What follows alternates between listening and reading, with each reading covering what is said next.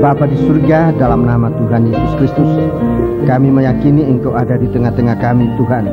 Engkau bekerja bagi kami sekalian untuk kehidupan kami menjadi milik-Mu, dan kami berterima kasih Engkau mau kami tetap menjadi milik-Mu, Tuhan. Saat ini kami duduk di bawah kaki Dikau, Tuhan, merindukan firman-Mu. Ajarkan kami kehendak-Mu, ajarkan kami apa yang menjadi rencana-Mu dalam kehidupan kami, dan kuatkanlah kami. Kiranya kami dapat mengikuti Engkau dan melakukan segala perintah-Mu bagi kami. Banyak kekurangan dan kelemahan kami dalam pengikutan ini, bahkan dalam pelayanan kami, sampai pun dalam ibadah kami. Tapi kami berdoa mohon biarlah Engkau yang memberikan kami keleluasaan untuk dapat mengikut Engkau sepanjang jalan hidup kami, sampai kepada Engkau di tempat yang Engkau sediakan bagi kami semuanya, Tuhan. Segala sesuatu yang menggoda kami, segala pekerjaan setan yang mengganggu kami, Tuhan, kami bersatu hati panggil nama Engkau buat usir dia. Di dalam nama Tuhan Yesus Kristus, segala setan kami perintahkan kamu semua dalam nama Yesus, pergi. Darah Yesus yang berkuasa, urapan Roh-Mu yang suci, ya Tuhan, Engkau kiranya curahkan di dalam kebaktian ini, dalam setiap pribadi, dalam pengaruh kuasa urapan Roh-Mu yang suci, agar firman-Mu disampaikan dapat masuk dalam hati kami, dapat kami ingat, dapat kami mengerti, dan kami lakukan dalam kehidupan kami, ya Tuhan. Terima kasih Bapa, haleluya. Dalam nama Yesus kami sudah berdoa, haleluya, amin.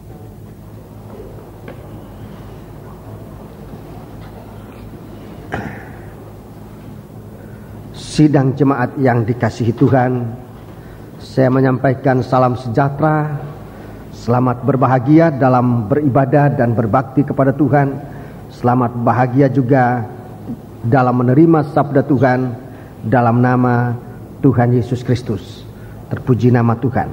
Kita akan duduk saat ini untuk mendengarkan firman Tuhan. Siapapun kita sekalian ini, biarlah kita menggunakan waktu yang ada ini untuk dapat menikmati firman Tuhan yang akan menjadi kekuatan kita dalam mengikut Tuhan, melayani Dia sesuai dengan kehendaknya. Puji Tuhan. Saya sebelum menyampaikan firman Tuhan ingin memberitahukan kepada sidang jemaat untuk tetap dalam doa, sebab kita dipercayakan oleh Tuhan untuk pekerjaan yang besar, menjadi tuan rumah pelaksana dari kebaktian persekutuan Natal yang akan diadakan pada bulan Desember yang akan datang, di mana banyak saudara-saudara kita yang berminat untuk hadir, baik dari dalam kota Surabaya dan sekitarnya, maupun dari luar kota Surabaya, bahkan dari luar Pulau Jawa. Kalau saya melihat daftar yang saya terima dari sekretariat panitia, maka saudara-saudara kita melihat bagaimana jumlah ini sudah semakin hari semakin bertambah. Peserta dari Pulau Jawa di luar Surabaya sudah 505 orang. Dari Sumatera 100 orang, dari Maluku 49 orang, dari Kalimantan 116 orang, dari Sulawesi 63 orang. Seluruhnya 833 orang. Terdiri dari para hamba-hamba Tuhan 648 orang. Kemudian imam-imam dan tua-tua 163 orang. Ada juga sidang jemaat yang ikut pendetanya berjumlah 22 orang. Seluruhnya demikian. Kemudian ada lagi tambahan peserta-peserta, imam-imam dan juga sidang jemaat yang akan datang tanpa mengisi formulir. Jadi mereka ini saudara sekut non formulir, tapi mereka akan datang selain berbakti bersama-sama juga akan melayani dalam nyanyian bersama kita nanti, maupun nyanyian-nyanyian yang mereka akan persembahkan. Dari GBIS Solo sebanyak 230 orang. Dari GSJPDI Mojokerto 133 orang. Sehingga seluruh peserta yang dapat kami pantau berjumlah seluruhnya 1196. Ini yang dapat dipantau dari luar kota Surabaya. Jadi saudaraku, saudara, kita mempunyai rasa tanggung jawab, sebab jika kita melihat jumlah ini berarti perhatian akan kebaktian ini sungguh besar, sehingga kita jangan lengah baik dalam berdoa, doa rantai setiap jam jangan diputuskan. Tetap ingat bagian yang saudara sudah pilih untuk bisa berdoa. Kemudian puasa rantai setiap hari. Saya sudah menerima daftar itu dan saya mengucap syukur memuliakan Tuhan bahwa saudara-saudara sidang jemaat dalam ibadah yang diberkati oleh Tuhan untuk bisa menjadi berkat dengan sesama. Rekan-rekan hamba Tuhan, kami mengharapkan saudara-saudara untuk mendukung dalam doa, baik dalam sidang jemaat saudara-saudara sekalian, tapi juga selain dari doa, kehadiran saudara-saudara yang tekun dalam menerima firman Allah, terlebih saudara-saudara yang dalam fellowship setiap hari Jumat ini. Saya sungguh-sungguh menghargai perhatian saudara di dalam kebaktian persekutuan nanti. Dari gereja manapun saudara berasal, bagi kita nanti dalam persekutuan itu tidak ada masalah, sebab dalam kebaktian itu kita tidak berbicara tentang organisasi, tetapi melulu hanya untuk kebaktian memuliakan nama Tuhan. Sebab itu kami menunggu kedatangan saudara-saudara sekalian. Puji Tuhan. Kita segera akan masuk dalam firman Tuhan. Kitab Wahyu Fatsal yang ke-11. Kitab Wahyu Fatsal yang ke-11. Ukuran dari Allah berjalan di antara sidang jemaat. Ukurannya Tuhan sedang berjalan dalam sidang jemaat, mendahului saudara-saudaraku waktu kedatangannya yang kedua kali, saudara-saudaraku. Dan kalau ukuran ini sudah selesai, maka saudara-saudaraku, gereja Tuhan yang mencapai ukurannya akan disingkirkan ke padang belantara. Kemudian dunia yang ditinggalkan akan diserahkan kepada antikris, nabi palsu dan setan untuk dikuasai selama 42 bulan lamanya. Sementara itu gereja Tuhan berada dalam perlindungan Tuhan juga dalam saat yang sama, 42 bulan lamanya, jauh dari mata setan di padang belantara. Jadi ukuran Tuhan ini sedang berjalan, dan ukuran ini bukan dari manusia. Kita tidak diizinkan untuk mengukur si A atau si B saat ini, sebab saat ini belum saatnya kita menghakimi atau mengukur siapapun juga. Tapi yang Tuhan izinkan pada kita saat ini adalah berada dalam pelayanan. Pelayanan yang sungguh-sungguh. Saatnya nanti Tuhan akan mempercayakan untuk mengukur, bahkan untuk menghakimi 12 suku dari bangsa Israel. Mari kita membaca Fatsal 11 ayat 1 dan ayat 2. Saya mohon supaya saudara membaca jangan jemu. Ini perlu saya ulangi untuk selalu membaharui ingatan kita kepada apa yang sudah kita bicarakan pada waktu yang lalu. Mari ayat 1 dan ayat yang kedua. Kemudian diberikanlah kepadaku sebatang buluh seperti tongkat pengukur rupanya, dengan kata-kata yang berikut. Bangunlah dan ukurlah bait suci Allah dan misbah dan mereka yang beribadah di dalamnya. Tetapi kecualikan pelataran bait suci yang di sebelah luar, janganlah engkau mengukurnya, karena ia telah diberikan kepada bangsa-bangsa lain, dan mereka akan menginjak-injak kota suci 42 bulan lamanya. 42 bulan lamanya. Jadi jelas di sini ada yang diukur, tapi ada juga yang tidak diukur. Jadi kita harus waspada supaya kehidupan kita ini bagaimanapun juga masuk dalam ukuran Tuhan. Dan kalau kita masuk dalam ukuran Tuhan, kita mempercayai Tuhan akan membawa kita sampai kepada batas ukuran yang ditentukan oleh Tuhan. Tapi kalau kehidupan itu tidak masuk dalam ukuran, itu berarti satu kehidupan yang akan terbuang. Di sini kita sudah melihat saudara-saudaraku bagaimana atau apa saja yang akan diukur. Pada waktu-waktu yang lalu saya sudah bicarakan dengan saudara-saudara sekalian dalam firman Tuhan. Yang diukur pertama adalah bait suci Allah. Bicara tentang bait suci Allah, Rasul Paulus katakan itu bicara tentang kehidupan kita anak-anak Tuhan sebagai pribadi maupun sebagai kesatuan yang disebutkan tubuh Kristus. Itulah rumah Allah atau bait Allah. Saya ulangi, jadi bait Allah ini bicara tentang kehidupan kita, anak-anak Tuhan, baik secara pribadi, saudara-saudaraku, kita juga disebut rumah Allah, tetapi juga dalam kesatuan anak-anak Tuhan ini yang disebutkan tubuh Kristus, itulah mempelai wanitanya. Jadi itu berada dalam ukuran Tuhan.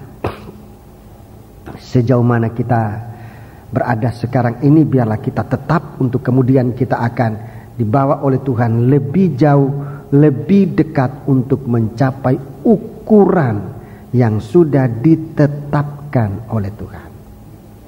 Itulah ukuran Tuhan. Yang pertama, bait suci Allah. Kemudian soal mezbah. Saya sudah bicara juga tentang mezbah ini, tentang pelayanan kita kepada Tuhan. Tentang pelayanan kepada Tuhan. Pelayanan kita kepada Tuhan jelas pelayanan dalam korban pendamaian atau dengan korban pendamaian. Itu pelayanan dipercayakan oleh Tuhan kepada kita, pelayanan memperdamaikan diri dengan Tuhan dan dengan sesama. Memperdamaikan diri dengan Tuhan dan dengan sesama. Sampai kehidupan kita ini, saudara-saudaraku, tidak lagi dikuasai oleh daging. Sampai kehidupan kita tidak dikuasai lagi oleh daging. Ini, saudara-saudaraku, pelayanan pendamaian. Menghadapi sesama, segala sesuatu sudah diperdamaikan lewat pengampunan atas korban Kristus. Hubungan kita dengan Tuhan juga sudah ditingkatkan sedemikian rupa, saudara-saudaraku, sampai kehidupan kita tidak lagi dikuasai oleh daging. Ini puncak pelayanan kita kepada Tuhan. Daging tidak bersuara lagi. Ini puncak pelayanan pendamaian. Sampai daging tidak bersuara. Jadi pelayanan pendamaian, berdamai dengan sesama, berdamai dengan Tuhan, sampai daging tidak bersuara lagi. Itulah proses perobekan daging sampai pada ukuran. Itu ukuran yang ditetapkan oleh Tuhan. Penyembahan kita suatu proses perobekan daging sampai daging tidak bersuara lagi. Puji Tuhan. Sekarang yang ketiga yang diukur adalah orang-orang dan mereka atau orang-orang yang berada di dalamnya. Jadi yang akan diukur yang ketiga ini adalah ibadah. Ibadah dari anak-anak Tuhan. Dan ini yang harus kita perhatikan supaya saat ukuran Tuhan ini berjalan, kita dapat memperhadapkan kepada Tuhan. Pribadi kita nomor 1. Kedua, pelayanan kita nomor 2. Dan ketiga, ibadah kita. Sebagai seorang gembala, saudara-saudaraku, dalam pengalaman bertahun-tahun ini, Tuhan berikan tanggung jawab untuk tetap mendoakan ketiga perkara ini. Kehidupan kita semua, kehidupan anak-anak Tuhan yang dipercayakan untuk digembalakan, satu kehidupan cara pribadi, kehidupan nikah dari anak-anak Tuhan dan rumah tangga, ini berada dalam doa penyautan seorang gembala. Kemudian mendoakan ibadah, mendoakan pelayanan dari setiap anak-anak Tuhan. Supaya anak-anak Tuhan ini tidak ada seorang pun yang nganggur. Di dalam ladang Allah, di dalam rumah Allah, Tuhan tidak menginginkan di dalam sidang jemaat ada orang yang tidak melayani Tuhan. Tuhan tidak mengizinkan terjadi suatu pengangguran di dalam ladang Allah. Sampai Tuhan mengajarkan kita dalam perumpamaan untuk menggunakan waktu yang hanya tinggal 1 jam saja. Tuhan memanggil untuk masuk dalam ladang. Maksudnya Tuhan ini adalah untuk menghapuskan segala bentuk pengangguran yang ada di bumi ini, saudara-saudaraku. Sehingga di dalam ladang Allah kita benar-benar bisa mengadakan suatu kegiatan yang berguna bagi Tuhan. Malam ini kita akan bicara tentang ibadah. Jadi pelayanan kita sudah lewati, kita sudah bicara, belum selesai, tapi Tuhan akan menyelesaikan di dalam kita. Kemampuan saya untuk menjelaskan sejauh itu sampai pada hari ini, itulah yang sudah sampaikan kepada saudara adalah pelayanan kita adalah pelayanan pendamaian. Mendamaikan diri dengan Tuhan dan mendamaikan diri dengan sesama. Itu mezbah. Sehingga ini merupakan satu doa yang dikuasai dengan kasih kepada Allah, dengan sekuat tenaga, dengan segenap akal budi, dan kepada sesama dengan seperti diri sendiri, mengasihi seperti diri sendiri. Sekarang kita akan bicara tentang ibadah. Mereka yang beribadah di dalamnya. Yang diukur di sini adalah ibadah. Kebaktian kita ini, ibadah kita itu diukur oleh Tuhan. Sebab itu gunakanlah kesempatan beribadah, tidak asal-asalan. Tidak ibadah cara Taurat, tidak juga ibadah cara kafir. Mari kita akan melihat lebih dahulu apa yang diajarkan oleh Tuhan tentang ibadah ini. Untuk berbicara nanti diukur, lebih dahulu kita mau lihat ibadah yang mana yang akan diukur oleh Tuhan ini. Dalam khotbahnya Tuhan yang kita bisa baca di dalam Injil Matius pasal yang ke-5. Ini pasal yang ke-6. Injil Matius pasal yang ke-6. Injil Matius pasal 5, 6 dan 7 di kalangan gereja Tuhan dikenal dengan khotbah di atas gunung. Ini khotbah agungnya, khotbah di bukit. Pasal 5, 6 dan pasal yang ke-7. Ini saudara-saudaraku merupakan ajaran Tuhan. Yang berkhotbah adalah Tuhan sendiri. Dalam 3 pasal ini Tuhan berkhotbah. Dan salah satu cuplikan yang kita bisa ambil dalam khotbah Tuhan itu adalah dalam pasal yang ke-6. Pasal yang ke-6 ini tentang ibadah. Ini tentang ibadah. Ini yang nanti akan diukur oleh Tuhan. Ini bicara tentang ibadah. Mari kita melihat di sini Tuhan bicara tentang ibadah-ibadah. Ada disebut ibadah Taurat, ibadah munafik. Tapi ada juga disebut ibadah bangsa kafir. Supaya kita mengetahui, jangan kita nanti keliru, kita pikir kita sudah beribadah, tapi setelah diselidik oleh Tuhan, saudara, kita tidak masuk dalam ukuran. Sebab jenis ibadah itu bukan ibadah yang diajarkan oleh Tuhan, melainkan ibadah munafik. Biasanya dikerjakan oleh orang yang hidup dalam suasana Taurat. Ini munafik. Kemudian ada ibadah yang untuk kepentingan daging. Saudara-saudaraku, ini disebutkan ibadah bangsa kafir. Ibadah dari bangsa-bangsa lain.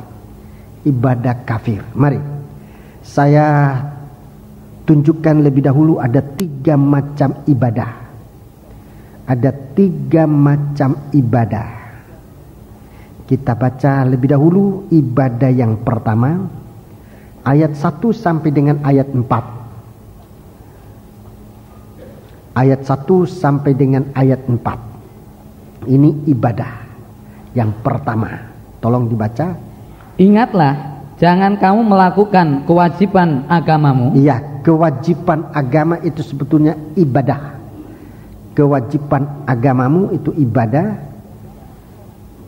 Di hadapan orang supaya dilihat mereka, karena jika demikian kamu tidak beroleh upah dari Bapamu yang di surga. Iya, kamu tidak beroleh upah. Terus? Jadi apabila engkau memberi sedekah, janganlah engkau mencanangkan hal itu seperti yang dilakukan orang munafik di rumah-rumah ibadah dan di lorong-lorong supaya mereka dipuji orang. Aku berkata kepadamu, sesungguhnya mereka sudah mendapat upahnya. Tetapi jika engkau memberi sedekah, janganlah diketahui tangan kirimu apa yang diperbuat tangan kananmu. Hendaklah sedekahmu itu diberikan dengan tersembunyi, maka Bapamu yang melihat yang tersembunyi akan membalasnya kepadamu. Ya, ini yang pertama. Ini ibadah yang pertama. Namanya memberi. Ibadah yang pertama itu namanya memberi. Memberi ini suatu perbuatan baik, ya. Ibadah itu, semua ibadah itu adalah perbuatan baik. Tetapi kita mau jaga dalam perbuatan baik ini ada sifat-sifat yang tidak dikehendaki oleh Tuhan. Perbuatan yang baik itu bisa dilakukan secara munafik. Hal memberi itu ibadah. Jadi memberi ini, saudara-saudaraku, di dalam masyarakat kita, masyarakat umum, seringkali kita anggap, kita pandang itu sebagai suatu perbuatan sosial. Ada benarnya, saudara, bahwa memberi atau memberi itu, apalagi memberi sedekah itu banyak kali kita lakukan secara memberi itu sebagai suatu perbuatan sosial. Tapi kita melihat di sini dalam ajaran Tuhan bahwa memberi, kalau itu merupakan suatu ibadah, suatu kewajiban agama, maka itu tidak sampai hanya pada ukuran perbuatan sosial yang banyak sudah diselewengkan. Tetapi supaya memberi ini berada dalam ukuran dari ibadah, supaya kalau kita memandang pemberian itu sebagai suatu ibadah, kita dapat terpelihara dari sikap yang saudara-saudaraku disebut munafik dan menyeleweng dari tujuan ibadah yang sebenarnya. Jadi saya tunjukkan lebih dahulu, saudaraku, suatu ibadah namanya memberi. Memberi ini di luar gereja juga ada, tetapi di sana itu disebut sebagai suatu tindakan sosial. Sementara di gereja, bagi kita sekalian, ini tidak hanya sampai ukuran tindakan atau perbuatan sosial, tapi ini suatu perbuatan ibadah. Perbuatan ibadah. Yang kedua, ayat 5 sampai dengan ayat yang ke-6. Ayat 5 dan ayat yang ke-6. Dan apabila kamu berdoa, janganlah berdoa seperti orang munafik. Ya, jadi doa itu juga perbuatan baik, tapi bisa dikerjakan secara munafik. Ini kita harus jaga, supaya jangan yang baik ini kemudian malah menjadi sesuatu yang tidak menyenangkan Tuhan kalau dikerjakan dengan munafik. Terus mereka suka mengucapkan doanya dengan berdiri dalam rumah-rumah ibadah. Ya, mereka dengan berdiri dalam rumah-rumah ibadah dan pada tikungan-tikungan jalan raya. Ya, pada tikungan-tikungan jalan raya. supaya mereka dilihat orang. Supaya mereka dilihat orang. Terus? Aku berkata kepadamu, sesungguhnya mereka sudah mendapat upahnya. Terus? Tetapi jika engkau berdoa, masuklah ke dalam kamarmu, tutuplah pintu, dan berdoalah kepada Bapamu yang ada di tempat tersembunyi. Maka Bapamu yang melihat yang tersembunyi akan membalasnya kepadamu. Baca ayat 7, tambah ayat 7. Lagi pula dalam doamu itu, janganlah kamu bertele-tele. Ya, jangan bertele-tele. Seperti kebiasaan orang yang tidak mengenal Allah. Iya, jadi ini doanya bangsa kafir. Berdoa bertele-tele seperti kebiasaan orang yang tidak mengenal Allah. Mereka menyangka bahwa karena banyaknya kata-kata doanya akan dikabulkan. Ya, dengan panjang sekali bahwa doa itu akan dikabulkan. Jadi Tuhan menilik suatu ibadah termasuk doa. Doa itu suatu ibadah. Kebaktian semacam ini suatu ibadah, saudara-saudaraku. Jadi suatu kebaktian dalam apapun bentuknya itu merupakan suatu ibadah yang disimpulkan dalam doa. Mempersembahkan kepada Tuhan sesuatu yang berkenan kepada Tuhan.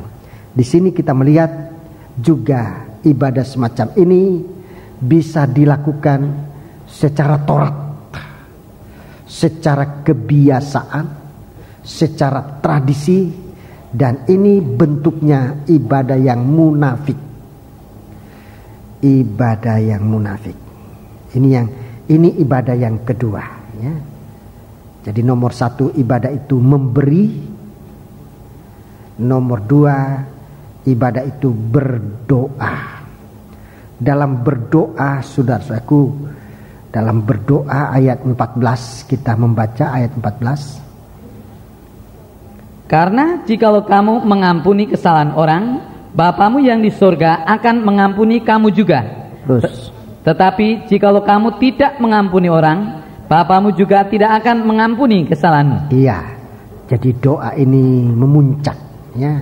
Doa ini juga memuncak sampai daging tidak bersuara. Kemudian ibadah yang ketiga. Ibadah yang ketiga. Ibadah yang ketiga ayat 16 sampai dengan ayat yang ke-18. Ayat 16 sampai dengan ayat yang ke-18. Dan apabila kamu berpuasa, janganlah muram mukamu seperti orang munafik. Iya, ini doa yang ketiga ini, puasa juga bisa dikerjakan secara munafik. Mereka mengubah air mukanya supaya orang melihat bahwa mereka sedang berpuasa. Terus. Aku berkata kepadamu, sesungguhnya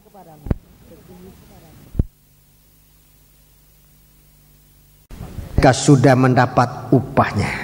Tetapi apabila engkau berpuasa, minyakilah kepalamu dan cucilah mukamu. Iya. Supaya jangan dilihat oleh orang bahwa engkau sedang berpuasa, melainkan hanya oleh Bapamu yang ada di tempat tersembunyi. Maka Bapamu yang melihat yang tersembunyi akan membalasnya kepadamu. Iya. Jadi ini puasa, ini juga suatu ibadah. Puasa ini suatu ibadah. Saya dulu sebelum mempelajari Alkitab firman Allah ini, saya tidak mengerti bahwa orang Kristen juga berpuasa. Itu dulu saya tidak tahu. Di gereja kami memang tidak ada puasa. Saya tidak pernah mendengar pendeta mengajak orang berpuasa. Sehingga saya pikir dulu puasa ini adalah ibadah agama lain, bukan agama Kristen. Tapi setelah saya membaca Alkitab baik perjanjian lama maupun perjanjian baru, saya menemukan banyak bicara tentang puasa. Tapi puasanya orang Kristen. Puasanya orang Kristen, saudaraku, disertai pertama dengan membasuh muka. Itu yang pertama. Dengan membasuh muka. Membasuh muka. Muka ini tempat dari 5 indera kita. Dibasuh dalam berpuasa, 5 indera kita ini dibawa kepada Tuhan untuk dibasuh dengan air. Air di sini bicara kesejukannya firman. Kesejukan firman Tuhan. Jadi kita ini seperti dalam perjalanan yang jauh, kita menemukan sumbernya air. Itu yang menyenangkan, itu yang membasuh muka kita, 5 indera kita. Amsal 25 ayat 25 tolong dibaca. Amsal 25 ayat 25. Amsal Fatsal 25 ayat yang ke-25.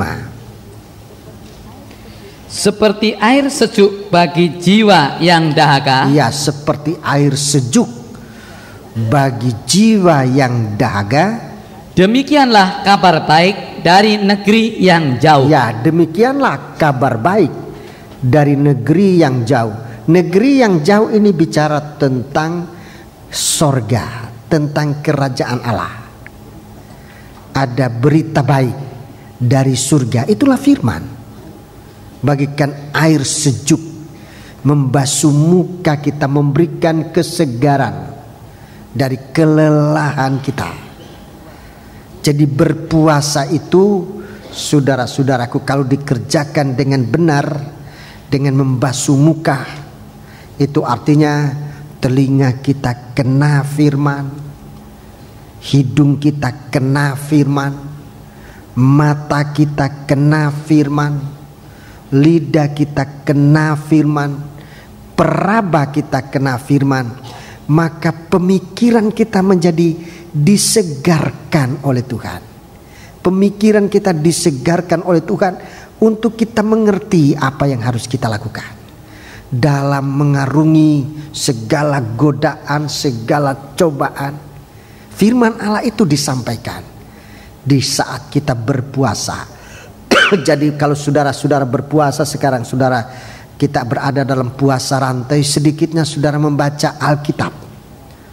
Sedikitnya saudara membaca Alkitab secara teratur, saudara-saudaraku, untuk mengenakan firman Allah ini dalam hidup saudara.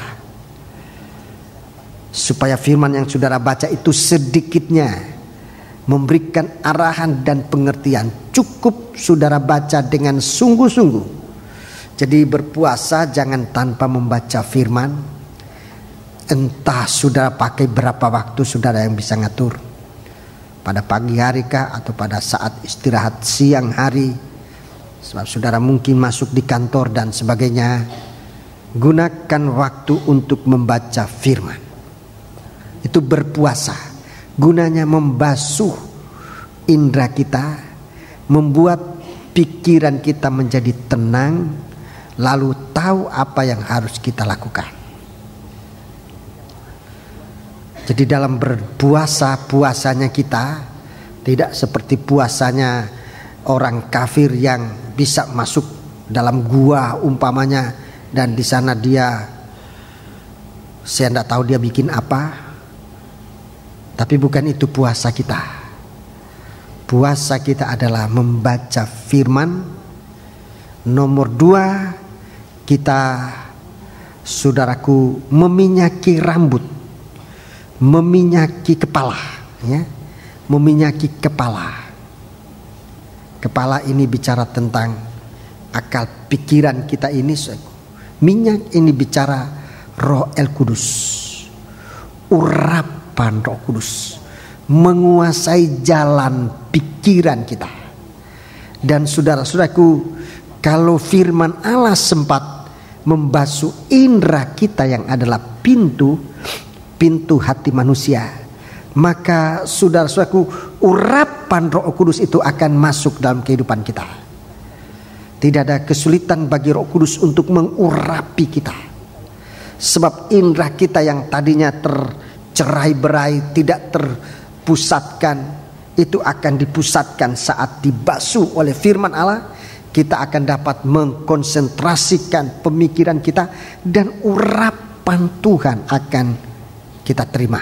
Merupakan minyak yang ada pada rambut ini, minyak yang ada pada kepala kita. Urapan Tuhan dalam kehidupan kita, itu puasa. Kemudian doa kita kepada Tuhan, sampaikan apa yang kita perlukan kepada Tuhan. Nah, saudara perhatikan, kalau indera kita dibasuh oleh firman Allah, kemudian pikiran kita diurapi oleh Roh Kudus, doa kita dalam berpuasa itu pasti doa yang berkenan kepada Allah. Sebab apa? Sebab sesuai dengan firman yang kita terima. Doa itu sesuai dengan firman, sesuai dengan kehendak Allah. Dan doa yang sesuai dengan kehendak Allah itu didengar oleh Tuhan. Jadi itu sebabnya saudara, kita berpuasa. Kita berpuasa supaya kita bukan untuk mencari supaya apa yang menjadi kehendak daging ini yang akan didengarkan oleh Tuhan, tetapi supaya kehendak daging itu sudah disingkirkan, kehendak Allah di dalam hati kita, dan doa kita didengar oleh Tuhan. Yohanes 15. Nah, inilah doa yang didengar oleh Tuhan. Yohanes pasal yang ke-15, supaya kita jangan salah dalam kita berdoa dan sebagainya. Yohanes pasal yang ke-15 ayat yang ke-7. Jikalau kamu tinggal di dalam aku. Ya, jikalau kamu tinggal di dalam aku, dan firmanku tinggal di dalam kamu. Dan firmanku tinggal di dalam kamu. Mintalah apa saja yang kamu kehendaki, dan kamu akan menerimanya. Ya. Kalau firman Allah di dalam kita, pasti yang kita minta itu sesuai dengan kehendak Tuhan. Sebab firman Allah dan kehendak Allah tidak bertentangan. Tuhan menyatakan kehendaknya kepada manusia lewat firman-Nya. Tuhan menyatakan kehendaknya kepada manusia lewat firman-Nya. Kalau firman ini ada di dalam hati, itu berarti kehendak Allah di dalam kita. Dan kalau kita berdoa, pasti yang keluar adalah sesuatu yang sesuai dengan kehendak Allah yang sudah ada di dalam hati ini. Doa itu didengar oleh Tuhan. Doa itu yang didengar oleh Tuhan. Jadi inilah puasa yang ketiga. Ibadah kita yang ketiga adalah berpuasa. Jadi ada 3 macam ibadah. Ada 3 macam ibadah, mulai dari memberi, saudara-saudaraku. Memberi. Jadi memberi ini tidak terbatas pada ukuran hanya sekedar perbuatan sosial. Kalau memberi hanya sampai pada perbuatan sosial, itu bisa berakibat sesuatu yang menyeleweng. Bisa berakibat, tidak selalu, tetapi bisa berakibat sesuatu yang tidak sesuai dengan kehendak Allah. Sebagai suatu contoh di dalam Injil Yohanes, saya tunjukkan sebagai suatu contoh dalam Injil Yohanes pasal yang ke-12.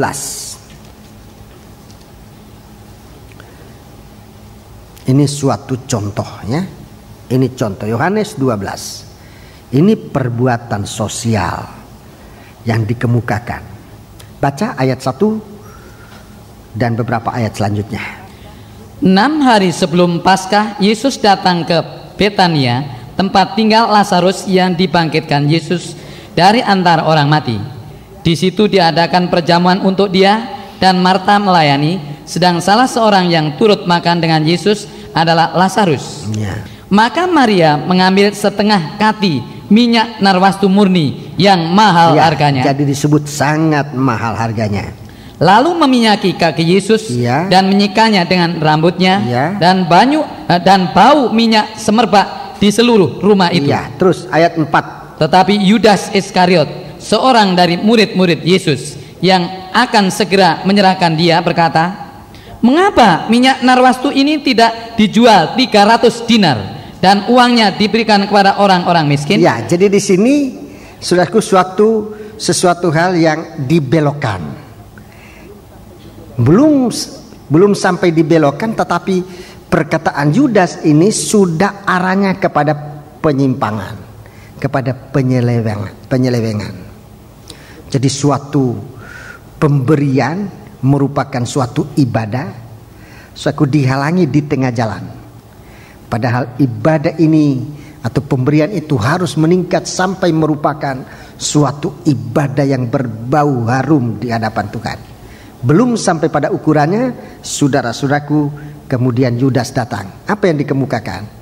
Bahwa pemberian itu harus di stop saja sampai kepada perbuatan sosial, memberi kepada orang miskin. Memberi kepada orang miskin. Ini saudara-saudaraku, sejak zaman dulu hal ini sudah diketahui oleh Tuhan, bukan hanya disinyalir, tapi sudah diketahui oleh Tuhan terjadi. Coba baca ayat 6.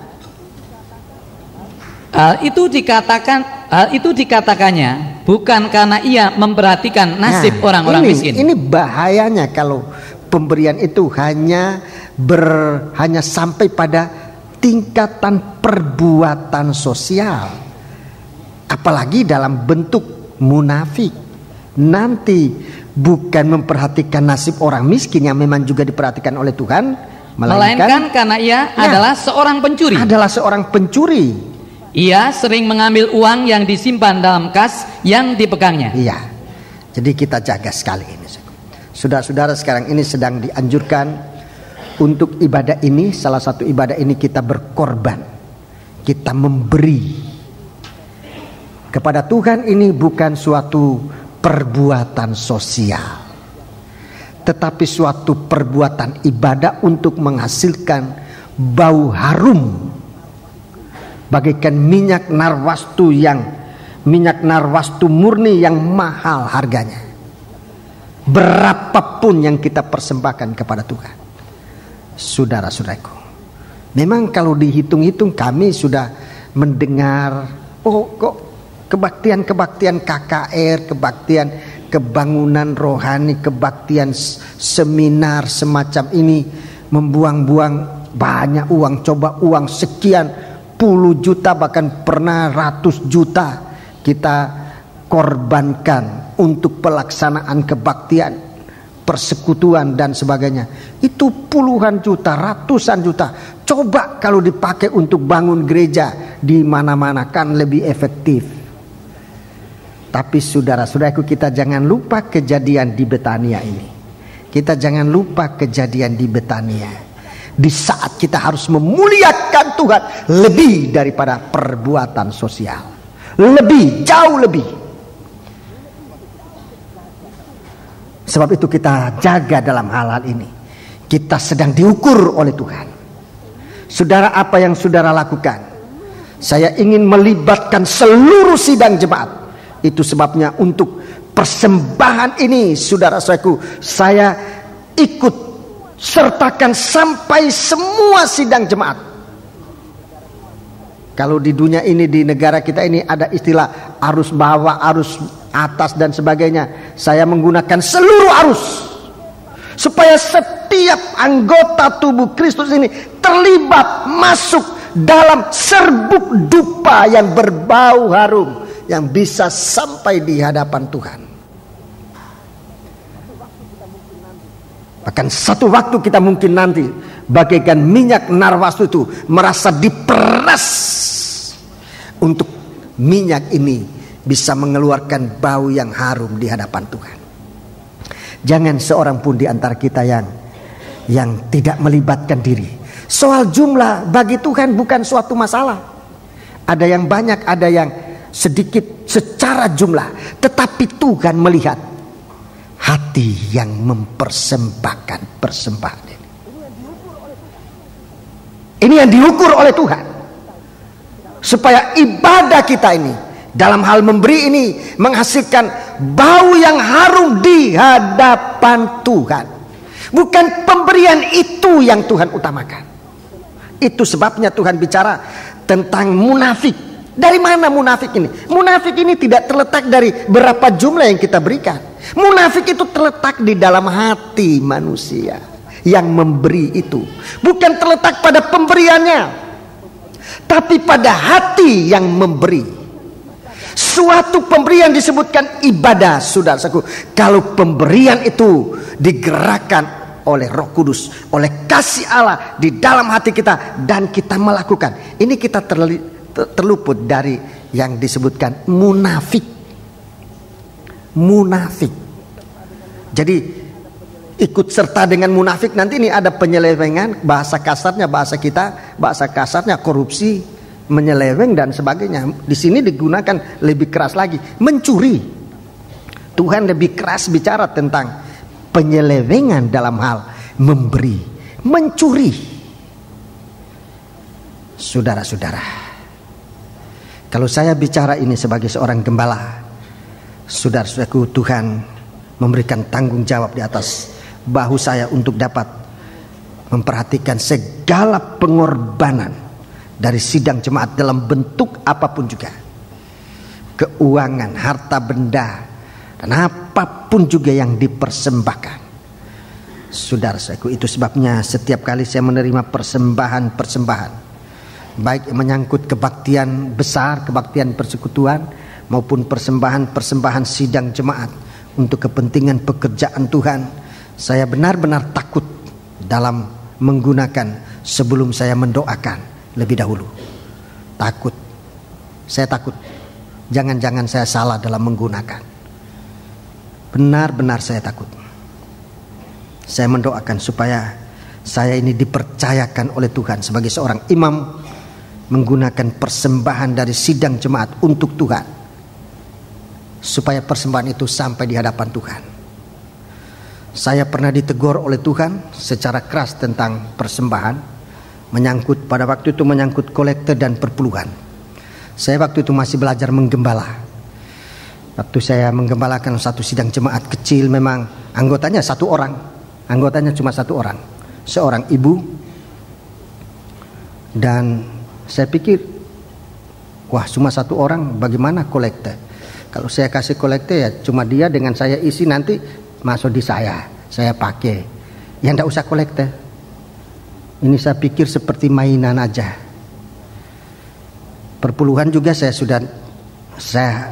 tidak bicarakan, sebab keluarga itu sekalipun pada waktu itu suaminya belum menjadi orang Kristen, tapi mereka sangat bertanggung jawab.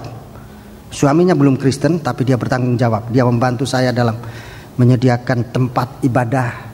Waktu itu saya masih di Surabaya, saudaraku, dan saya kalau ke sana semua diatur. Saya punya tiket, saya punya pakaian, pokoknya saya tahu bersih, sudah dicuci, sudah disetrika bersih. Makanan juga begitu. Nah saya pikir buat apa saya kolekte, anggota cuma satu, dan kalau kami kebaktian ada beberapa simpatisan yang ikut. Nah itulah saya pikir tidak usah bicara tentang persembahan kolekte, persembahan perpuluhan. Saya tidak butuh uang waktu itu, saya masih bujangan. Tapi jemaat tidak berkembang, jemaat tidak berkembang, Tuhan tidak menyertai. Sampai saya ditegur oleh Tuhan, kamu pikir orang memberikan kolekte, memberikan perpuluhan itu untuk kamu? Tidak untuk kamu, itu untuk Tuhan. Kamu dipercayakan untuk menerima. Nah itu teguran, itu jelas di hati saya. Saya merubah sikap untuk kejadian itu. Sampai saat ini saya tidak bisa lupa itu. Itu teguran Tuhan dalam firman-Nya buat saya.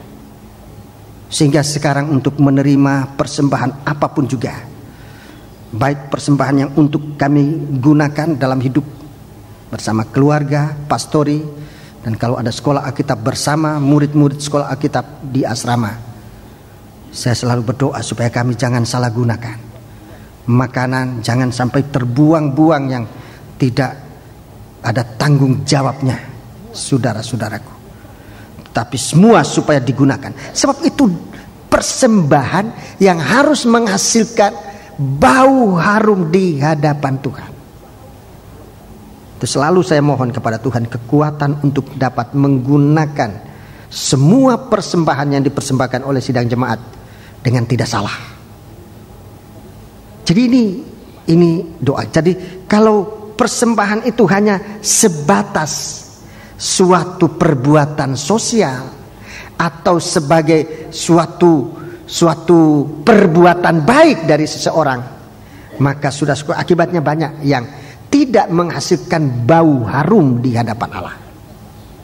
Sebab itu saudaraku, seperti tadi saya saksikan bagaimana Tuhan mengajar saya tentang mempertanggungjawabkan baik perpuluhan, kolektor dan sebagainya. Saudara-saudaraku, itu saya sudah melihat betul bahwa kolektor itu bukan haknya saya, itu haknya Tuhan yang dipercayakan kepada kami hamba Tuhan, imam yang melayani di dalam bait Allah. Jadi itu bukan haknya saya, itu haknya Tuhan. Kalau saya seperti tadi, saya tidak mau menggunakan kepercayaan Tuhan, akhirnya Tuhan tidak percayakan saya tentang jiwa-jiwa yang harus digembalakan. Jiwa-jiwa yang harus digembalakan Tuhan tidak percayakan, sebab saya tidak mau menghargai kepercayaan Tuhan. Sedikit waktu saya agak berbangga sebab berkhotbah tidak pakai kolektor, tidak pakai perpuluhan. Saya sedikit berbangga, oh ini hebat, tidak seperti pendeta lain ngambil kolektor dan sebagainya. Dan justru di situ saya ditegur oleh Tuhan. Mulai dari situ saya melihat kepercayaan Tuhan, terutama dalam pelayanan, baik jiwa-jiwa maupun firman Tuhan. Semakin hari oleh kemurahan Tuhan, saya bisa melihat bahwa di mana kita melakukan sesuatu yang benar, Tuhan memberkati. Jadi jangan ada kebanggaan. Dan waktu itu saya baru menikah, selanjutnya saya menikah di jemaat itu, saya menikah. Dan waktu itu istri saya dalam satu kekurangan juga, dia sangat tersinggung kalau merasa diberikan sesuatu lalu dia terima. Dia merasa seperti orang yang tidak ada harga lagi. Kalau diberi, apalagi dikasihkan uang, terima uang, wah dia tidak bisa, sama sekali tidak bisa. Dia ada kebanggaan, merasa dihina, seperti orang yang tidak mampu apa-apa lagi. Di waktu kami diajar oleh guru kami, Bapak Pendeta Injono, sebagai seorang hamba Tuhan harus bisa menerima dengan benar, harus juga bisa memberi. Oleh kemurahan Tuhan, istri saya juga terlepas sampai pada saat ini. Tapi kami selalu berhati-hati dalam menggunakan persembahan. Nah, sekarang kita mengumpulkan persembahan untuk pembiayaan kebaktian Natal Persekutuan. Ini pun dalam tanggung jawab.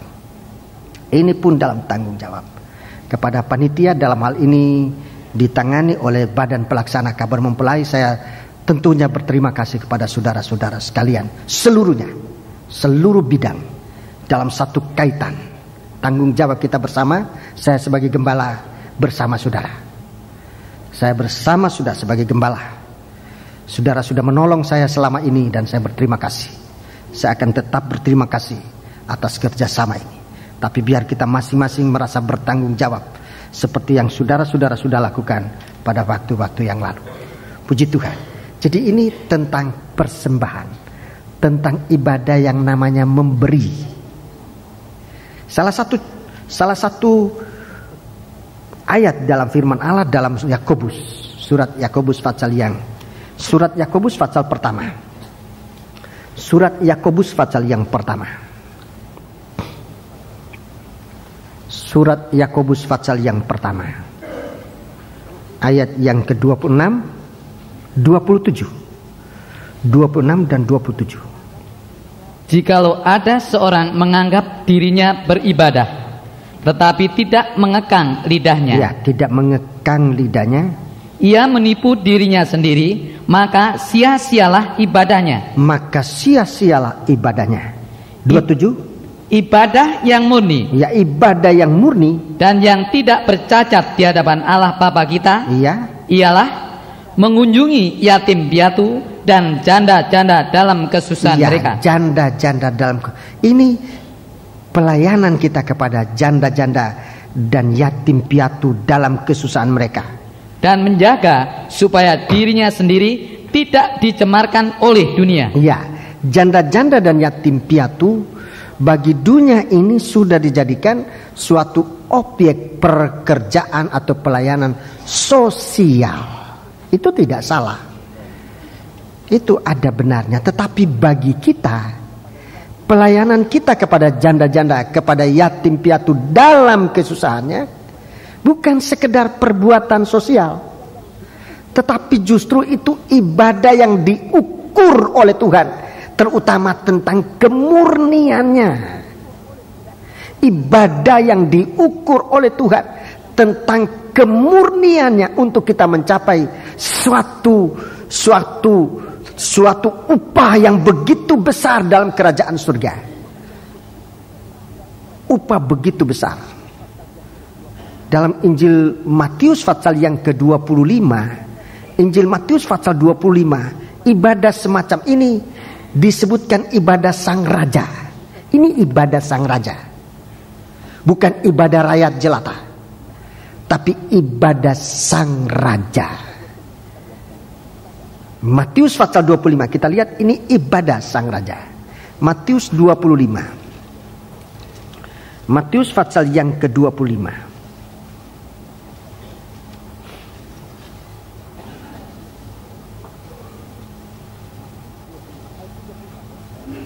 Matius 25 ayat 31.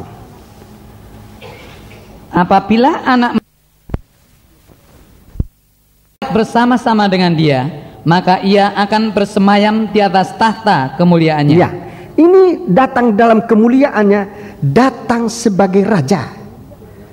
Dia bertahta dalam kemuliaannya di atas tahta kemuliaan.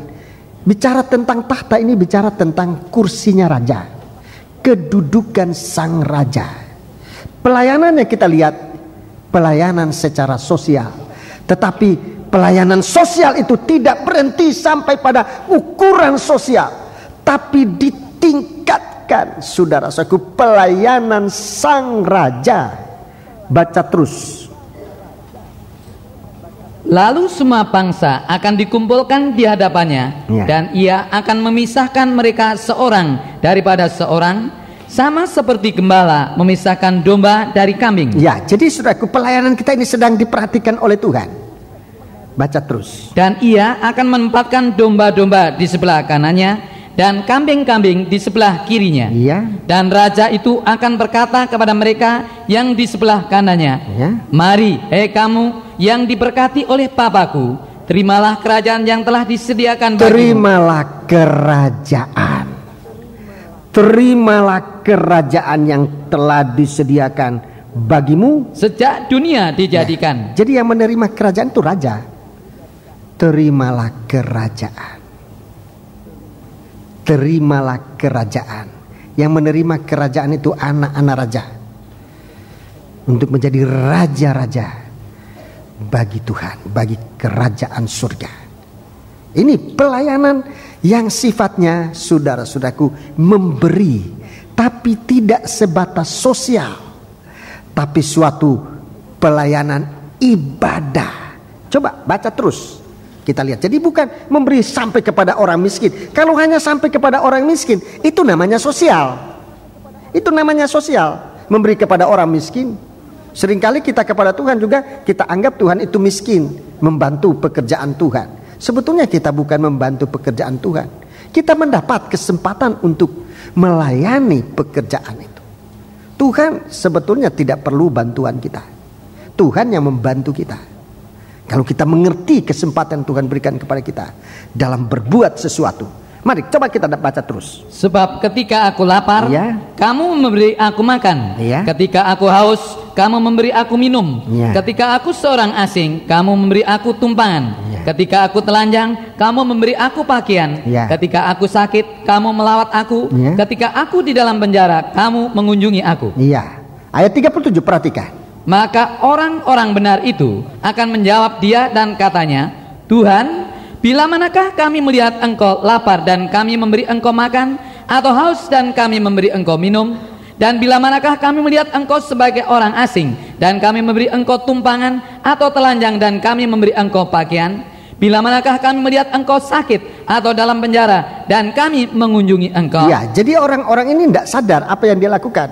Tadinya dia melakukan kepada orang-orang yang membutuhkan ini sebagai suatu perbuatan baik, sebagai suatu perbuatan sosial. Sejauh itu dia rasakan perbuatannya itu. Baca. Dan raja itu akan menjawab mereka, aku berkata kepadamu. Aku berkata kepadamu. Sesungguhnya segala sesuatu yang kamu lakukan untuk salah seorang dari saudaraku yang paling hina ini. Apa yang kamu lakukan untuk orang yang paling hina ini, kamu telah melakukannya untuk aku. Kamu telah melakukan untuk aku. Jadi ini ibadah. Kepada Tuhan kita tidak memberi sedekah. Kepada Tuhan kita memberi persembahan. Dia raja di atas segala raja. Ini ibadah. Ini ibadah kita. Pemberian kita atau persembahan, apa yang kita korbankan itu suatu persembahan kita kepada Tuhan. Persembahan kepada Sang Raja, persembahan kepada Allah yang Maha Kuasa. Itu ibadah.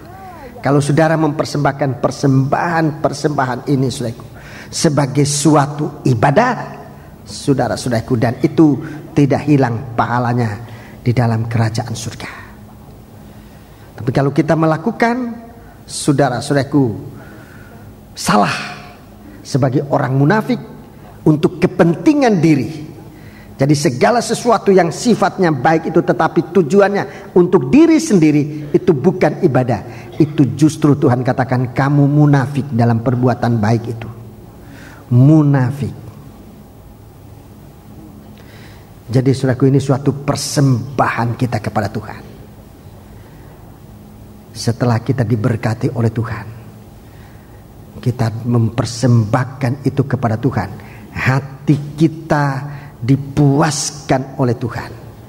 Kalau kita mempersembahkan persembahan dengan hati yang dipuaskan oleh Tuhan, saudara-saudaraku, maka persembahan itu diberkati oleh Tuhan.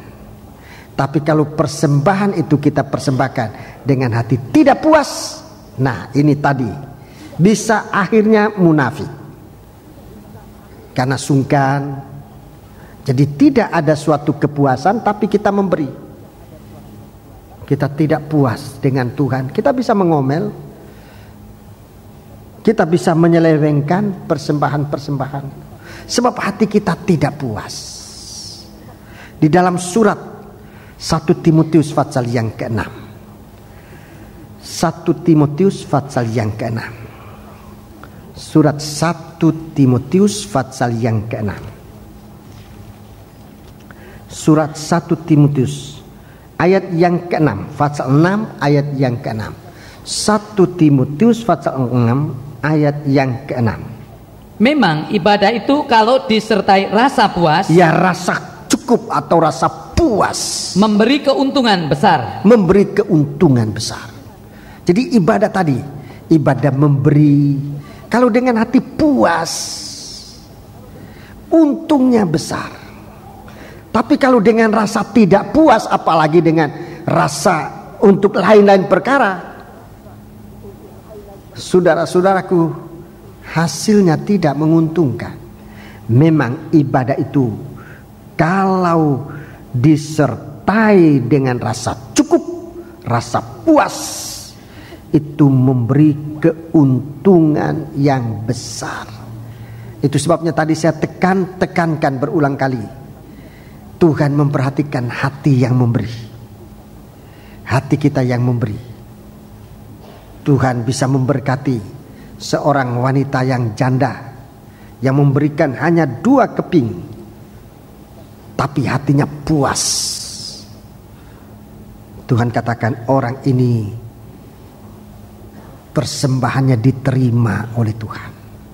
Dalam Keluaran pasal 25, Keluaran pasal yang ke-25, kitab Keluaran pasal yang ke-25, kita melihat di sana jelas Tuhan bicara tentang hati ini. Ayat 1 dan ayat yang kedua. Ayat pertama dan ayat yang kedua. Berfirmanlah Tuhan kepada Musa, ya. Katakanlah kepada orang Israel, katakanlah kepada orang Israel, supaya mereka memungut bagiku persembahan khusus. Ini persembahan. Persembahan merupakan pemberian, persembahan khusus dari setiap orang yang terdorong hatinya. Ya, dari seorang yang terdorong hatinya. Haruslah kamu pungut persembahan khusus kepadaku itu. Haruslah kau pungut persembahan khusus kepadaku itu. Jadi ini ibadah. Jangan perbuatan sosial. Gotong royong, membangun ini, membangun itu, bukan. Ini ibadah. Jadi sebelum tamu-tamu kita datang, kita sudah lebih dahulu beribadah. Mereka nanti yang akan datang juga akan membawa ibadah kepada Tuhan. Apalagi nanti di dalam berita Natal kita sudah mengetahui, saudaraku, bagaimana Yesus lahir. Orang-orang datang, terutama orang-orang Majus, datang membawa persembahan kepada Tuhan. Sangat tidak tepat, saudara-saudaraku, kalau dalam kebaktian Natal nanti kita rayakan dengan berpesta pora, bukan suatu persembahan kita kepada Tuhan. Saya tidak melarang berpesta, tetapi selebih daripada itu kita adakan suatu persembahan yang berkenan kepada Allah. Kejadian Natal, kejadian kelahiran Tuhan Yesus sebenarnya suatu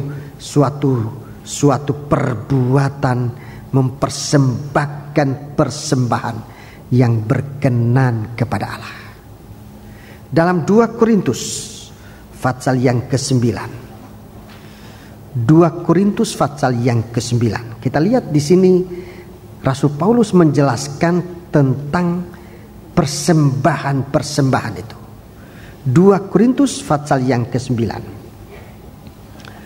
2 Korintus pasal 9 kita baca mulai ayat yang ke-6. 2 Korintus pasal 9 kita baca mulai ayat yang ke-6. Camkanlah ini. Ya. Orang yang menabur sedikit akan menuai sedikit juga. Ya. Dan orang yang menabur banyak akan menuai banyak juga. Ya. Ayat 7. Hendaklah masing-masing memberikan menurut kerelaan hatinya. Hendaklah masing-masing memberi menurut kerelaan hatinya. Jangan dengan sedih hati atau karena paksaan. Ya, jangan dengan sedih hati atau karena paksaan. Sebab Allah mengasihi orang yang memberi dengan sukacita. Sebab Allah mengasihi orang yang memberi dengan sukacita. Sebab ini suatu ibadah yang menyenangkan hati Tuhan. Ayat 8. Dan Allah sanggup atau berkuasa melimpahkan segala kasih karunia kepada kamu, ya, supaya kamu senantiasa berkecukupan di dalam segala sesuatu dan malah berkelebihan di dalam pelbagai kebajikan. Ya, jadi memberi yang merupakan ibadah bukan membuat kita menjadi miskin, bukan membuat kita menjadi habis, tetapi sebaliknya justru membuat kita menjadi berkelimpahan. Tadinya kita memberi perkara yang akan binasa, kita menerima perkara yang tidak akan binasa. Kita berkelimpahan dalam atau berkelebihan di dalam pelbagai kebajikan. Itu tidak bisa dinilai dengan berapa jumlah uang yang namanya kebajikan. Bagi orang yang haus, yang hampir mati, segelas air itu sangat bernilai tinggi dibanding dengan jumlah uang berapapun banyaknya. Seorang yang sekarat akan mati, yang akan menemui ajalnya, saudaraku, pertolongannya membawa dia kepada kehidupan jauh lebih besar nilainya daripada segala sesuatu yang ada di bumi ini. Itu kebajikan. Itulah kebajikan. Dan itu yang Tuhan siapkan dalam kehidupan kita untuk bisa selalu tampil dalam kebajikan. Engkau berkecukupan dalam segala sesuatu dan malah berkelebihan di dalam pelbagai kebajikan. Ayat 12. Sebab pelayanan kasih yang berisi pemberian ini. Pelayanan kasih, suatu pelayanan, suatu ibadah, suatu pelayanan ibadah kasih yang berisi pemberian ini bukan hanya mencukupkan keperluan orang-orang kudus. Bukan hanya mencukupkan keperluan orang-orang kudus. Tadi dalam catatan yang saya terima ini 800 orang lebih, 833, bahkan seluruhnya dengan paduan suara 1196. Ini orang-orang kudus, orang-orang disucikan oleh Tuhan, menjadi hamba Tuhan, menjadi imam-imam. Mereka nanti datang di sini, mereka butuh penginapan, mereka butuh makanan, mereka butuh minuman, mereka butuh pelayanan kita. Ini bukan sekedar pelayanan biasa, tetapi merupakan ibadah. Merupakan ibadah. Sebab pelayanan kasih yang berisi pemberian ini bukan hanya mencukupkan keperluan-keperluan orang-orang kudus, tetapi juga melimpahkan ucapan syukur kepada Allah. Melimpahkan ucapan syukur kepada Allah. Coba saudaraku, kalau saya mempunyai sesuatu ini kemudian saya berikan, kalau saya tidak persembahkan kepada Tuhan, saya memiliki yang satu ini, hanya satu ucapan syukur naik kepada Tuhan, hanya satu, itulah ucapan syukur saya, hanya satu. Tapi kalau saya persembahkan dalam pelayanan orang-orang kudus, 1196 orang kudus ini menaikkan ucapan syukur. Nanti dalam ibadah itu ucapan syukur dinaikkan. Berapa banyak ucapan syukur diperbanyak, naik di hadapan hadirat Tuhan. Saudara-saudaraku, ini cara dari Allah mempertinggi nilai ibadah kita. Jadi ibadah ini bukan hanya kita sendiri. Kalau kita menaikkan ucapan syukur kita bisa naik, tetapi akan lebih indah kalau ucapan syukur ini dinaikkan bersama dengan begitu banyak orang-orang kudus. Sebab pelayanan kasih yang berisi pemberian ini, itu orang yang memberi dengan hati yang tulus, itu dia sedang memperbanyak ucapan syukurnya. Tadi waktu dia menerima, dia ucapkan syukur, satu ucapan syukur naik kepada Tuhan. Tapi sekarang setelah dia persembahkan, maka ucapan syukur yang tadinya cuma satu akan menjadi ucapan syukur dari begitu banyak orang. Dan yang saya melihat mengalami di berbagai-bagai hal, bagai-bagai event yang kita alami, ucapan syukur itu malah berkelanjutan. Tidak sekali dua kali mereka ucapkan syukur, tapi ucapan syukur dia sampaikan di sini. Dia pulang ke rumahnya, dia naikkan ucapan syukur. Dia sampai kepada jemaat, dia naikkan ucapan syukur. Ucapan syukur ini yang dibutuhkan oleh Tuhan. Haleluya. Sebab itu saudaraku, kita jangan salah dalam mempersembahkan persembahan. Jangan terpaksa. Saya juga tidak ingin memancing emosi saudara-saudara untuk berkorban. Itu tidak ada gunanya, malah salah. Tapi kalau saudara punya hati digerakkan oleh Tuhan, lakukan itu.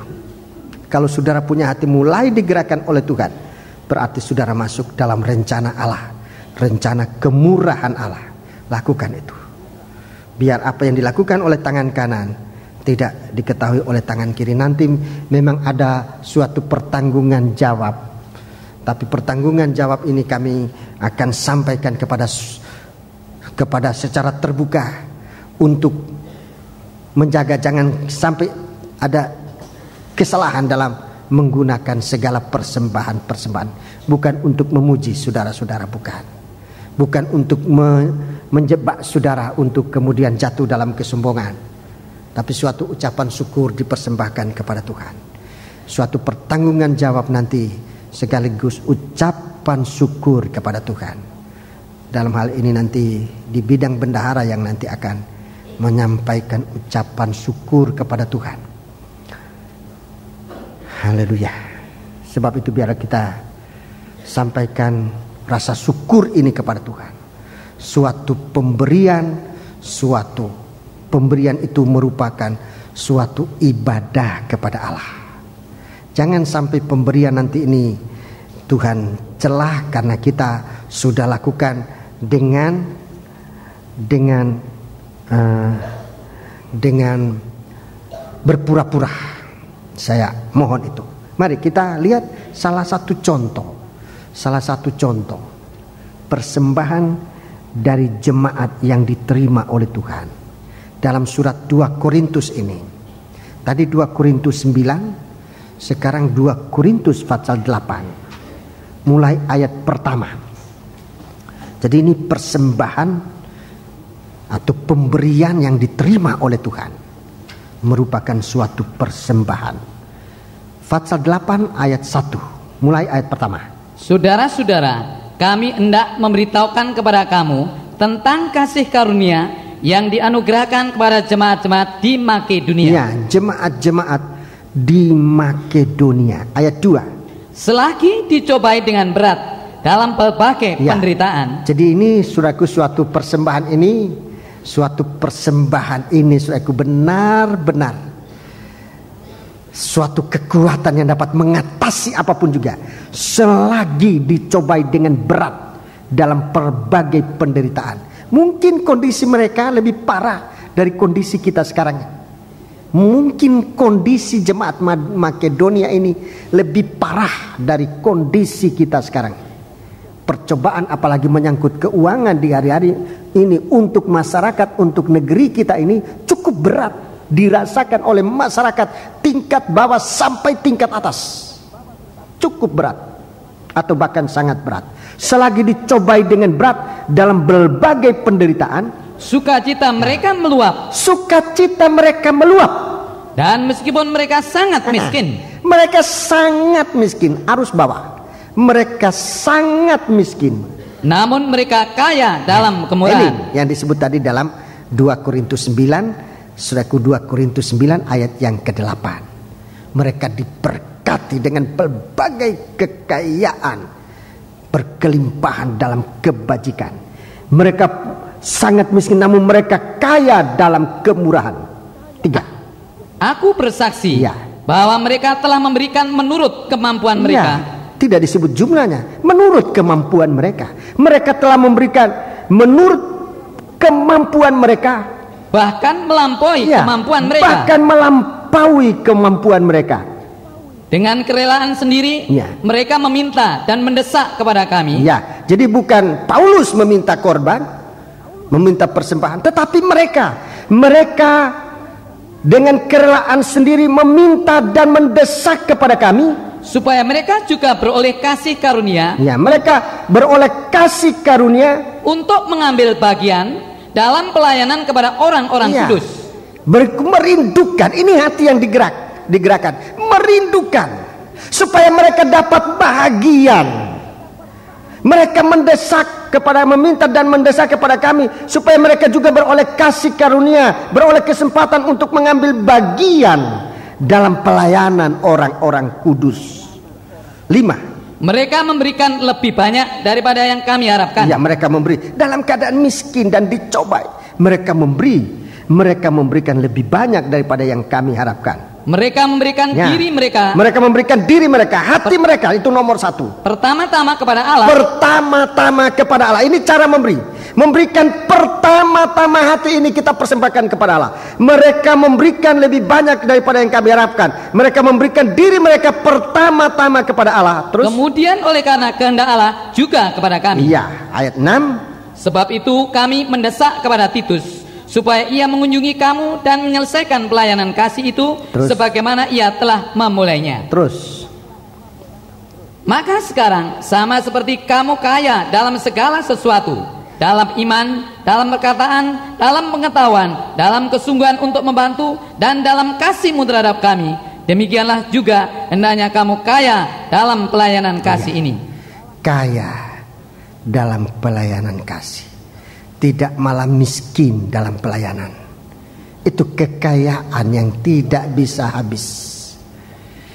Kekayaan dalam pelayanan kasih itu kekayaan kerajaan surga. Itu kekayaan. Itu ibadah. Itu ibadah yang benar-benar, saudaraku, merupakan suatu kerinduan Allah di dalam kita sekarang. Dalam Injil Matius pasal yang ke-6 tadi, dalam Injil Matius pasal yang ke-6. Supaya saudara lihat, saudaraku, apa tujuan ibadah kita ini. Termasuk dalam hal memberi. Injil Matius pasal yang ke-6. Tadi saya sudah bicara tentang ibadah Taurat, ibadah kebiasaan, ibadah tradisi yang bisa menghasilkan kemunafikan dan penyelewengan. Sekarang saya akan tunjukkan ibadah Taurat, ibadah orang kafir. Dan banyak sekali orang Kristen beribadah macam ini. Banyak sekali ibadah orang Kristen, ibadah cara kafir. Mari kita membaca ayat 25, ayat yang ke-25. Karena itu aku berkata kepadamu, janganlah khawatir akan hidupmu, akan apa yang hendak kamu makan atau minum, dan janganlah khawatir pula akan tubuhmu, akan apa yang hendak kamu pakai. Bukankah hidup itu lebih penting daripada makanan, dan tubuh itu lebih penting daripada pakaian? Iya, 30. Jadi jika demikian Allah mendandani rumput di ladang, dan hari ini ada dan besok dibuang ke dalam api, tidakkah ia akan terlebih lagi mendandani kamu, orang yang kurang percaya? Sebab itu janganlah kamu khawatir dan berkata, ya, janganlah khawatir dan berkata, apakah yang akan kami makan? Apa yang akan kami makan? Apakah yang akan kami minum? Apakah yang akan kami minum? Apakah yang akan kami pakai? Apakah yang akan kami pakai? Semua itu dicari bangsa-bangsa yang tidak mengenal Allah. Ini ibadah orang kafir. Kalau kita beribadah supaya diberkati dengan apa yang harus kita makan, apa yang harus kita minum, ini justru ibadah bangsa kafir, mencari kekayaan. Itu sama dengan ibadah di mana, di gunung-gunung kan, di gua-gua, di laut-laut, di mana ibadah kepada roh-roh jahat untuk mencari kekayaan. Itu ibadah kafir. Semua itu dicari bangsa-bangsa yang tidak mengenal Allah. Terus, akan tetapi Bapamu yang di surga tahu. Akan tetapi Bapamu yang di surga tahu bahwa kamu memerlukan semuanya itu. Tuhan tahu kita memerlukan apa yang harus dimakan, kita makan. Tuhan tahu. Tuhan mampu menyediakannya. Apa yang akan kita minum, Tuhan tahu. Tuhan mampu menyediakannya. Apa yang kita pakai. Jadi saudaraku, ini ibadah kafir yang banyak kali sudah masuk di dalam cara ibadah Kristen. Dan kalau ibadah ini, saudaraku, dia tidak mengalaminya di dalam ibadahnya sebagai orang Kristen, ini orang-orang yang sudah siap untuk tinggalkan Tuhan. Ini orang-orang semacam ini. Ibadahnya ibadah kafir. Ibadahnya ibadah kafir. Baca terus. Tetapi carilah dahulu kerajaan Allah dan kebenarannya, maka semuanya itu akan ditambahkan kepadamu. Terus. Sebab itu janganlah kamu khawatir akan hari besok, karena hari besok mempunyai kesusahannya sendiri. Kesusahan sehari cukuplah untuk sehari. Ya, hiduplah secara sesuai dengan kondisi, dengan keadaan yang Tuhan izinkan kita alami. Jangan kesusahan 10 tahun yang akan datang kita sudah pikul sekarang. Padahal kita mungkin tidak sampai lagi 50 tahun yang akan datang itu. Kesusahannya kita pikul sekarang. Tuhan memberikan kita kemampuan untuk dipelihara oleh Tuhan. Jangan kita melangkah dari apa yang disediakan oleh Tuhan. Jadilah ini ibadah yang pertama yang diukur oleh Tuhan. Hal memberi. Hal memberi. Ada ibadah yang kedua, hal berdoa. Ibadah yang ketiga, hal berpuasa. Tuhan mengajar kita untuk memberi, sebab tujuan Tuhan, Dia tidak mau kita menjadi orang kikir. Tuhan tidak mau kita terjerumus dalam keinginan daging. Saudara-saudaraku, Tuhan mau supaya kita menjadi seperti Allah. Allah itu Dia tidak kikir. Dia mempunyai hanya satu anak. Anak itu yang Dia persembahkan kepada Tuhan. Dia coba kepada Ibrahim. Bagaimana Ibrahim dapat melakukan itu? Dia hanya memiliki seorang anak. di masa tuanya. Anak itu diminta oleh Tuhan untuk dipersembahkan, diberikan, dipersembahkan kepada Tuhan. Ibrahim tidak menahan itu. Dia mempersembahkan kepada Tuhan. Sudah lihat akhir hidup daripada Ibrahim. Ibrahim manusia terkaya yang pernah ada di dunia ini. Kekayaannya tidak habis sampai pada hari ini, bahkan sampai kapanpun dunia ini diizinkan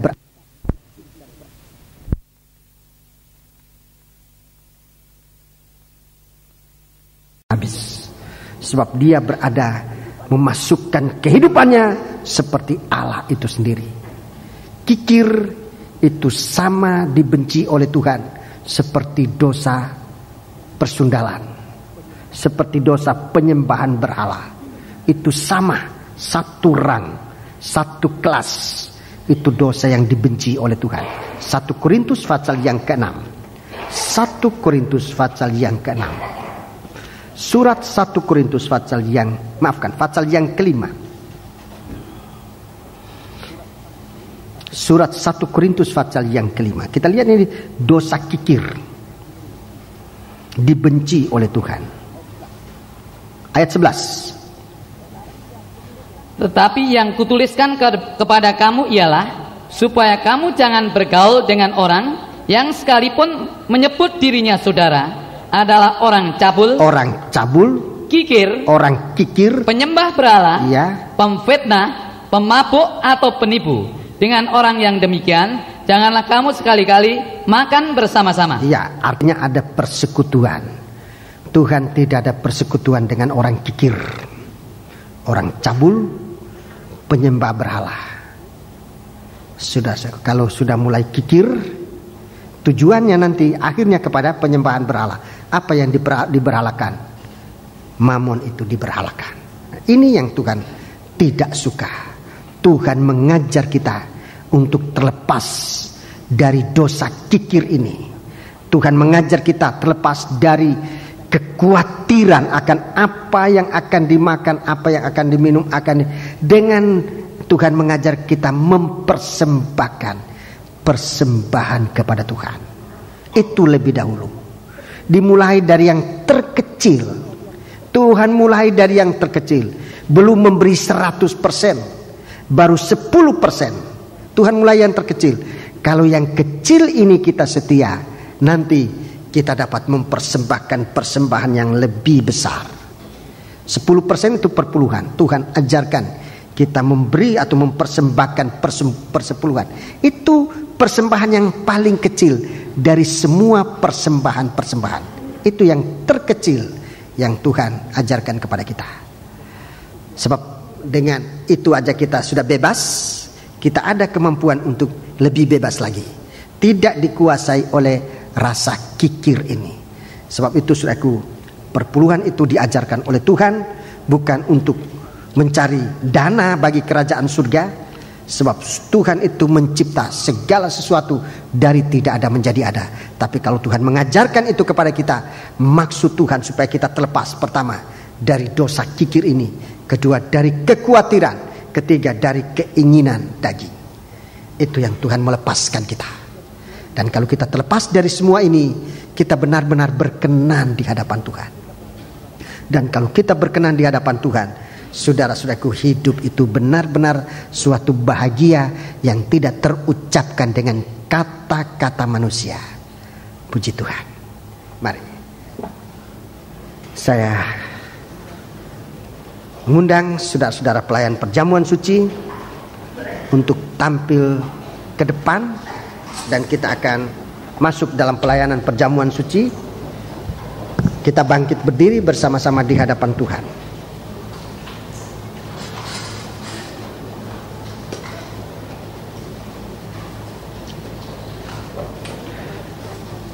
Kita melakukan nyanyian dari nyanyian rohani.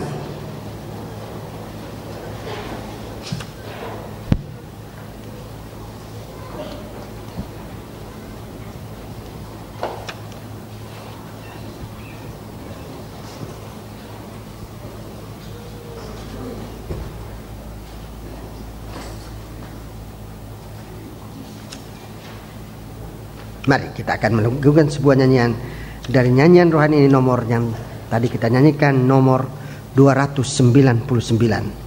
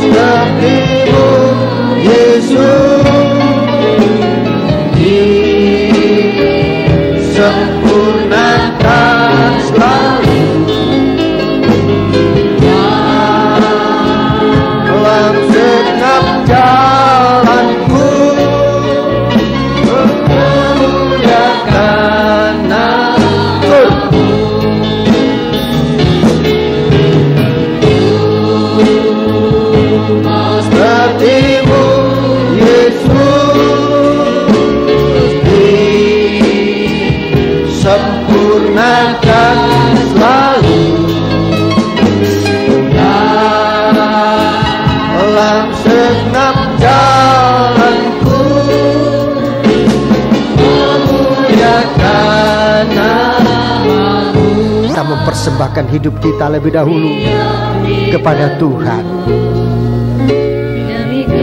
Berdoalah sampai saudara yakin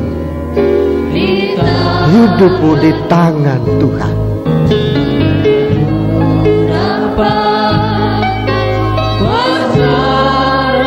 Haleluya.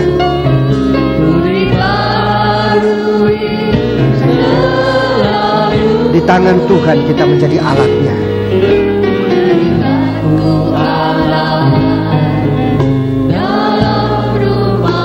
Haleluya.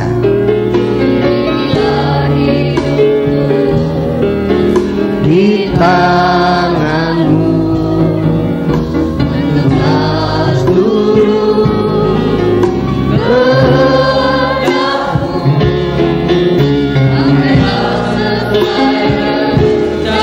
angkat tangan dua ke atas, sembahlah Dia. Haleluya. Haleluya. Haleluya. Haleluya.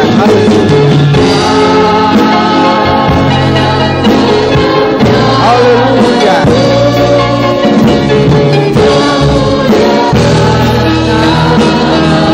Gol.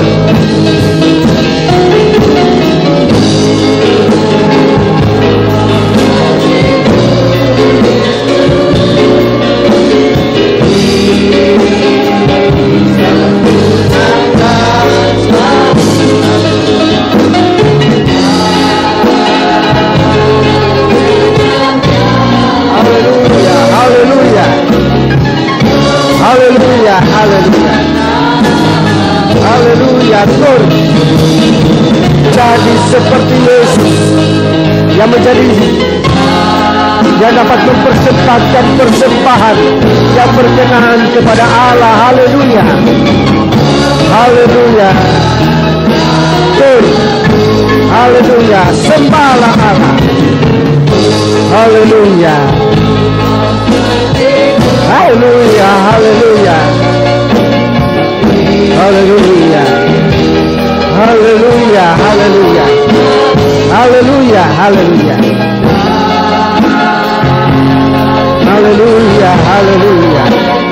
Haleluya, haleluya. Musik melakukan tur. Kita menyembah Allah. Musik melakukan tur. Kita menyembah Dia. Haleluya. Haleluya. Haleluya, haleluya. Haleluya, haleluya. Kami persembahkan hidup kami dalam tangan. Haleluya, haleluya. Haleluya, haleluya. Haleluya, haleluya. Haleluya, haleluya. Haleluya, haleluya.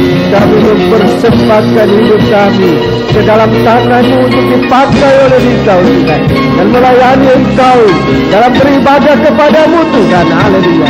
Beribadah bukan untuk diri kami, tapi untuk mengagungkan Engkau, untuk memuliakan nama-Mu. Haleluya. Haleluya, haleluya. Haleluya, haleluya. Terima kasih Tuhan. Haleluya, haleluya. Terima kasih Bapa, terima kasih. Ke dalam tangan-Mu kami persembahkan tubuh, jiwa dan roh kami, untuk kiranya berkenan di hadapan hadirat-Mu. Engkau mengerjakan kami, merubah dan membentuk kami menjadi sesuai dengan rencana-Mu, untuk bisa melakukan apa yang menjadi kehendak-Mu, untuk memuliakan, mengagungkan nama-Mu di tengah-tengah umat ciptaan-Mu, Tuhan. Terima kasih Bapa, terima kasih. Turunkan tangan. Sekarang Bapa, kami akan terima tubuh dan darah-Mu, firman yang menjadi daging. Kami merindu untuk memakan dan meminumnya, supaya kehidupan ini menjadi kehidupan di dalam Engkau, Tuhan. Tabiat dari firman-Mu, tabiat dari Engkau, Tuhan, akan menjadi tabiat kami juga, sebab Engkau menaruh itu di dalam tubuh dan di dalam darah-Mu, sehingga firman-Mu mendarah daging di dalam kami. Kami hidup menurut rencana-Mu. Terima kasih Bapa, terima kasih. Sekarang Tuhan, kami akan mengulurkan tangan kami untuk mengambil tubuh dan darah-Mu Bapa. Engkau kiranya mengampuni segala kesalahan kami dalam berpikir, dalam berucap kata, dan dalam apapun yang salah di dalam kami. Ampuni kami, untuk Engkau layakkan kami menerima berkat dari perjamuan suci ini yang akan kami terima di dalam nama Bapa dan Anak dan Roh Kudus, Tuhan Yesus Kristus. Haleluya. Amin. Sementara angkat tubuhnya Kristus dengan tangan kanan. Saudara-saudara pemain musik, segera mempersiapkan diri untuk ikut serta dalam persekutuan